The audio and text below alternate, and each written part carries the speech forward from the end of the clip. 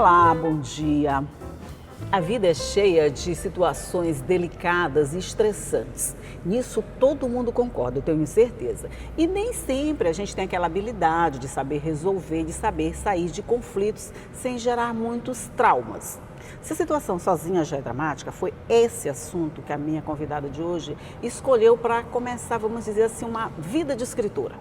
Você vai entender já já. Quem veio tomar café comigo nessa manhã foi a Adriana Carvalho, escritora. Chama agora escritora, não é isso, Adriana? Isso, agora a versão escritora. Bom dia, Adriana. Bom dia, querida. É um prazer estar de volta aqui com você. Seja muito bem-vinda, principalmente para falar de um assunto, eu não sei se é delicado, mas não sei se é engraçado, porque quando eu converso contigo, eu sempre acho que eu vou dar boas risadas, né?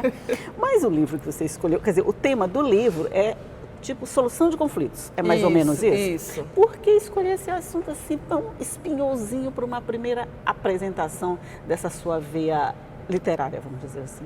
Porque é um assunto real. E como eu há muito tempo trabalho com comunicação, o conflito nada mais é do que um sistema comunicacional. É a comunicação, que ele é comunicação. Às vezes o que eu digo não é exatamente o que você entende, o que você entende não é exatamente o que eu digo. E aí a gente começa um conflito. A base é a comunicação. E como eu sempre fui estudiosa da comunicação, o tema me fascinou. É mais ou menos o 6 e o 9? Mais ou menos o 6 e o 9. Que ele está certo para os dois lados e errado para os dois lados? Isso. Porque, na verdade, o grande barato é que a gente não interage com a realidade. A gente interage com a interpretação que a gente faz da realidade. E essa interpretação, ela difere de acordo com os filtros que eu olho. Sim, cada um tem uma interpretação de um mesmo assunto, né? Cada um tem interpretação. Se nós estivermos numa sala de aula com 30 alunos, se tiver uma discussão de professor, vão surgir 30 brigas diferentes, porque serão 30 interpretações. Nunca, assim, vamos dizer, eu não sei nunca, uma palavra muito forte, mas assim, a gente não pode ter visões iguais de um mesmo problema se nós somos diferentes. Por exemplo, eu e você, vamos ter sempre visões diferentes de uma mesma coisa? Depende do momento em que a gente está de vida, depende do momento que a gente está no contexto da vida como um todo, depende do meu agora, depende dos filtros que a gente usa. Isso é muito relativo, é comportamento humano, né? E essa é a delícia do comportamento humano. Tudo é muito relativo. Tudo é relativo. Tudo Por é isso, relativo. a culpa não é minha. A culpa não é minha, é exatamente esse o nome do livro, gente. Isso. A culpa não é minha. Na verdade, é um trabalho a 6 mãos, não é isso? É um trabalho a 6 mãos, nós somos 3 autoras. Ana Isolde, Alessandra Canuto e eu. Essas 3, elas tinham uma visão para chegar assim no finalzinho, vamos dizer assim. Já que a gente está falando que ninguém tem uma visão igual a de ninguém, para depois compartilhar as mesmas ideias a respeito do livro. Deu trabalho para essas 3 mulheres olharem a mesma coisa do mesmo jeito? Foi muito engraçado, porque nós não somos coautoras, nós somos autoras. Às vezes as pessoas não entendem essa diferença. A coautora, cada uma escreve a sua parte do livro de uma forma independente. A coautora não. A gente discute, a gente vai escrevendo, e como todo mundo tem visões muito diferentes, mas ao mesmo tempo as 3 trabalham com gestão de conflitos. Então a gente conseguiu, mesmo à distância, elas em São Paulo e eu aqui, a tecnologia hoje ajuda muito, a gente conseguiu chegar num eixo. E foi bem legal, foi um trabalho muito interessante. Levou quanto tempo, Adriana? Levou 1 ano e meio para a gente escrever. 1 ano e meio. E depois nós tivemos a honra do prefácio da Cristiane Pelágio. Pois é, estou vendo aqui Cristiane Pelágio, né, fazendo o prefácio, imagino, né? 4 mulheres, então. 4 mulheres. No mesmo livro. Eu imagino que o resultado deve ser super interessante, ainda vou ler, claro. Mas vamos falar de conflitos. Não se vive sem conflitos, claro. A gente nasceu, a gente já está em conflito. Né? Nasceu, já está em conflito. Até na hora de sair, às vezes o menino se emperra lá dentro que não quer sair de jeito nenhum. A gente tem que fazer a maior força. Quando a gente não está em conflito com o outro, a gente está em conflito existencial. Existencial. Quando não acha com quem tem conflito. Isso é da natureza do ser humano. É da natureza humana, né? Esse questionamento, esse quem sou eu, essa avaliação o tempo todo do entorno, faz parte da gente isso. Isso não dificulta as relações? Depende da interpretação. Esse é o convite do livro. É que o momento do conflito, na nossa cultura, é algo devastador. Quando o conflito chega, pronto, acabou a relação. Óbvio que é um momento desafiador. Mas o convite que a gente faz é: o conflito chegou, é a oportunidade da gente parar e conversar. Agora, isso exige muita maturidade emocional. Por quê? Porque quando a gente está no conflito, automaticamente, Elda, a gente vai para a vitimização. E qual é a primeira coisa que a gente diz? A culpa não é minha.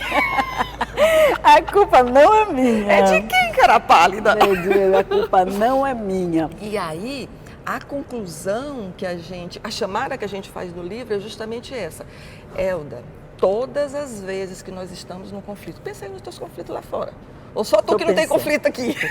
Já estou pensando aqui nos meus. Não. Não precisa ir lá fora, a vida profissional, tudo é cheio de conflitos. Mas pensa no teu conflito com aquela pessoa que faz anos que vocês não se resolvem. Eu tenho uma novidade para ti. Você tem parte nesse conflito. Todos os conflitos, todos. Em 100% da nossa vida. Olha a cara de Elda, gente. Poxa, olha. Eu estava me achando a maior vítima do mundo. Já estou me achando coautora do crime. Todos, Elda, os conflitos que a gente tem, nós temos uma parte nele. Agora, qual é a nossa parte? Agora, o que acontece? Às vezes, nós não iniciamos o conflito. Sim. A outra parte inicia o conflito. Só que se o conflito se mantém, eu tenho a minha parte para manter o conflito ou para potencializar o conflito. Só que como às vezes não é a gente que inicia, nem sempre é. Aí o que a gente diz? Não, a culpa não é minha. A culpa não é minha. A culpa foi dela que começou. É eu estava aqui quieta, ela falou não sei o que, ela provocou, mas aí você teve a sua parte para alimentar e às vezes para potencializar. E essa ficha é que a gente tem que cair. Eu acho que eu li uma coisa mais ou menos assim, de que quando você repete um erro 2, 3 vezes, ou quando você está numa relação desgastante 2, 3 vezes e deixa que aconteça, não é mais erro, é burrice mesmo, né? E a culpa é sua. Mas não tem aquela história? Você ser traído uma vez, a culpa é do outro. Você ser traído 2 vezes, a culpa é sua.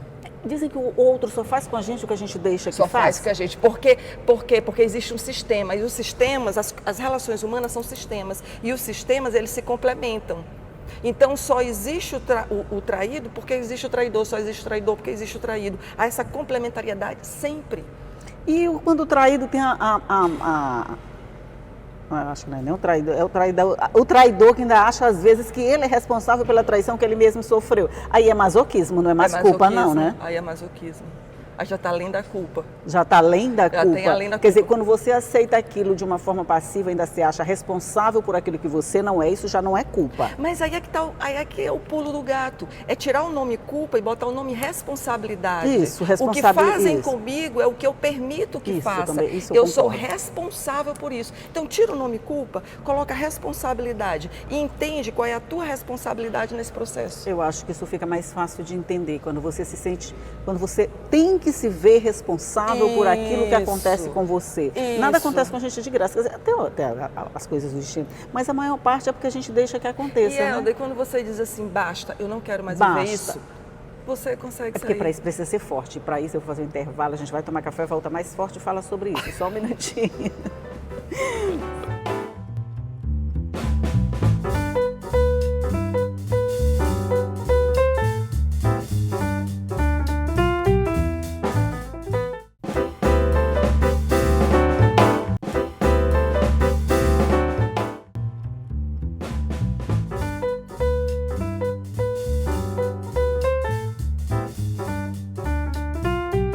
Já estamos de volta para continuar falando aqui sobre a nossa responsabilidade, sobre os nossos conflitos, nessa questão de responsabilidade e não culpa. Quando a gente tira esse nome culpa, talvez o nome é pesado mesmo, né? É pesado. Responsabilidade fica um pouco mais aceitável. Mais fácil de eu lidar. Mais fácil de lidar. Mesmo assim, não é fácil nem é simples. Não é simples. Porque essa vitimização, vamos usar essa palavra, essa vitimização, às vezes ela não traz um certo conforto de se colocar naquela posição de eu não tenho que tomar nenhuma atitude, porque eu sou a vítima, ele que é o agressor, ou ela que é o agressor. Essa que é a questão. A vitimização, ela é muito confortável emocionalmente, porque na vitimização, de quem é a culpa? Do outro. Então, quem tem que se mexer é o outro, eu não tenho que fazer nada, eu sou vítima. Então, essa situação de vitimização, por isso que nós nos mantemos, às vezes, por anos na vitimização. Porque eu não tenho que me mexer. A culpa é do outro, eu sou a vítima, ele faz comigo o que quer. Mas eu deixo que isso aconteça. Eu me mantenho nesse estado de vitimização, para não ter que me mexer. E quando alguém chega e tenta me tirar a vitimização, eu faço me afundar mais ainda, para permanecer, para ninguém me puxar, para eu permanecer. Mas isso não te traz um resultado muito mal? Quer dizer, quem está na vitimização não se percebe vítima ou se percebe e gosta daquilo? Não, é uma coisa, é um processo inconsciente. No momento em que se mantém na vitimização, tem essa situação de desconforto, mas de certa forma tem alguma compensação emocional que a gente não sabe qual é. Então essa gratificação emocional é que me mantém nesse lugar. A gratificação emocional é muito louco. É muito, o ser humano é muito louco, não é? É muito louco, é muito louco, é muito louco. Por exemplo, uma relação amorosa, vamos dizer assim, onde você que está de fora consegue ver a situação completa, que aquilo não vai dar certo, que quantas vezes a gente já viu isso, né? A gente vê isso o tempo inteiro, mas as pessoas que estão dentro parece que de alguma forma se alimentam daquilo. Se alimentam daquilo. Mas nesse caso é vítima e agressor se alimentando da mesma coisa? Ou o agressor tem consciência de que... Nem sempre é uma agressão, é um conflito. É um conflito. Né? Quando a gente fala em agressão, a gente já vai levar para o extremo, que não é que não tenha, mas a gente está falando mesmo de relações de tráfico normal, mas que tem geração de conflito. E as pessoas não se percebem que estão. E muitas das vezes, o que faz, ele também não tem consciência. Pois é isso que eu quero dizer. Quem faz... Porque a gente está vendo que alguém fez e alguém sofreu, né? Mas quem faz, ela não tem essa consciência. Nem sempre. Agora, vamos partir do princípio. Se tu estás dizendo quem faz, alguém sofreu, mas os dois fazem, a gente está falando de conflito. Se nós estamos no conflito, os dois têm parte. Qual é a minha parte? Deixa eu te contar uma coisa muito engraçada. Esse livro foi escrito em 1 ano e meio. É o dia do meu coração. Nas minhas madrugadas. É verdade, todo mundo ri. Como é que é? Eu aqui em São Luís do Maranhão, de madrugada, escrevendo no meu quarto. Quando eu começava a escrever, eu comecei a lembrar dos meus conflitos. Ixi. Reais. Mas o que eu estou escrevendo? Eu disse, meu Deus do céu, e aí, qual é a minha... Aí eu comecei a ver que eu não era tão boazinha assim. O livro me trouxe para uma reflexão muito profunda de vida. Porque a gente vai acumulando esses conflitos. Pessoas que a gente não fala, porque brigou mesmo, deixou de falar. Ou pessoas porque teve um desentendimento e você foi deixando, não quero mais ver, não quero mais falar. Mamãe, eu fui atrás de umas pessoas para conversar. Foi mesmo? Olha, viu, já é o resultado. Falar a verdade. Já é o resultado. Mas às vezes também não pode ser, não pode ser terapêutico você se afastar de pessoas que de alguma forma elas te fazem mal e você tem consciência do mal. Tem de tudo, nós estamos falando de conflito. Isso. Né? Tem de tudo um pouco. Eu fui atrás, eu não tinha como escrever sobre responsabilização, sobre parte de responsabilidade no conflito e olhar para os meus conflitos. Sim. Seria patético eu dizer que eu vim aqui, 47 anos, não, eu nunca tive conflito, eu estou de bem com todo mundo. Estou de bem com todo mundo, eu estou de bem com todo mundo. E também família, tá tudo resolvido, é tudo lindo. Família, tá aí, família, vamos pegar a família. Tá tudo lindo. Família, isso que é tudo igual, só muda o endereço. Só muda o endereço. É sempre fonte de conflito? Por quê? Porque nós somos, a família é um laboratório. Nós somos obrigados a conviver com aquelas pessoas que têm muita diferença. Aqui no trabalho, tem o João, que eu não gosto muito, eu desvio, eu não falo e tal. Mas na família não tem. Não tem como desviar. Não tem como desviar. No aniversário da minha mãe, eu vou ter que encontrar aquela tia. Eu vou ter que encontrar aquela prima no aniversário da vovó. No aquela Natal. Prima é chata, metida, só quer ser. Eu não falo com ela. No aniversário ela tá bem na minha frente. Quem não tem uma prima dessa? Quem não tem uma prima dessas, né? Quem não tem uma prima dessas? Quem nunca teve vai ter. E aí a gente tem a tendência de ir passando por cima deles, desses conflitos. Às vezes a gente faz de conta que não existe e às vezes a gente simplesmente se acomoda porque a culpa não é minha. Ela que é chata. Ela que é chata. Tu viste como ela chegou fazendo um escândalo? Ela que é chata. E eu te confesso que foi 1 ano e meio terapêutico. Eu vi que eu não era tão boazinha assim. Pois é, porque falar é muito fácil, né, Adriana? Falar é muito fácil. Ah, eu sou isso, eu sou aquilo, eu faço assim. É engraçado que eu dizia para as meninas, ela dizia, amigo. Eu dizia, olha, eu fui lá, falei com o fulaninho, fazia um tempo que a gente não se falava e eu vi qual era a minha parte do conflito. Elas faziam, valeu, amigo, o livro já está começando a funcionar. Já está começando a fazer efeito. Mas aí, esse outro, ele também te recebe de braços abertos? Ele entende a parte dele nesse conflito? É difícil porque tem um conflito, ou tem um afastamento, ou tem alguma coisa, mas... Gente, a conversa está tão boa que nós acabamos já o café. Vamos começar tudo de novo. Mas quando você consegue entender qual é a sua responsabilidade no conflito, você procura esse alguém, você procura com uma bola mais murcha. Desarmado, porque você já sabe qual é a sua parte. E olha, eu vou te dizer, falando sério agora, sem livro, eu vou te dizer que me fez muito bem. Foram pesos. E que você acaba tirando. Sim, e às vezes, isso é interessante. E às vezes não é um que você tira. E às vezes não é um procurar, vamos ter uma conversa, uma DR para resolver. Não, às vezes é a prima chata e que você simplesmente se permite tomar um café com ela sem censurar. Não precisa aquela DR e que você vai estreitando. DR, é isso que nós vamos falar no próximo bloco. Pronto, vou fazer um intervalo, mas já achei o que eu vou falar no próximo bloco. DR, você sabe exatamente o que é, né? Só um minutinho, eu volto já já.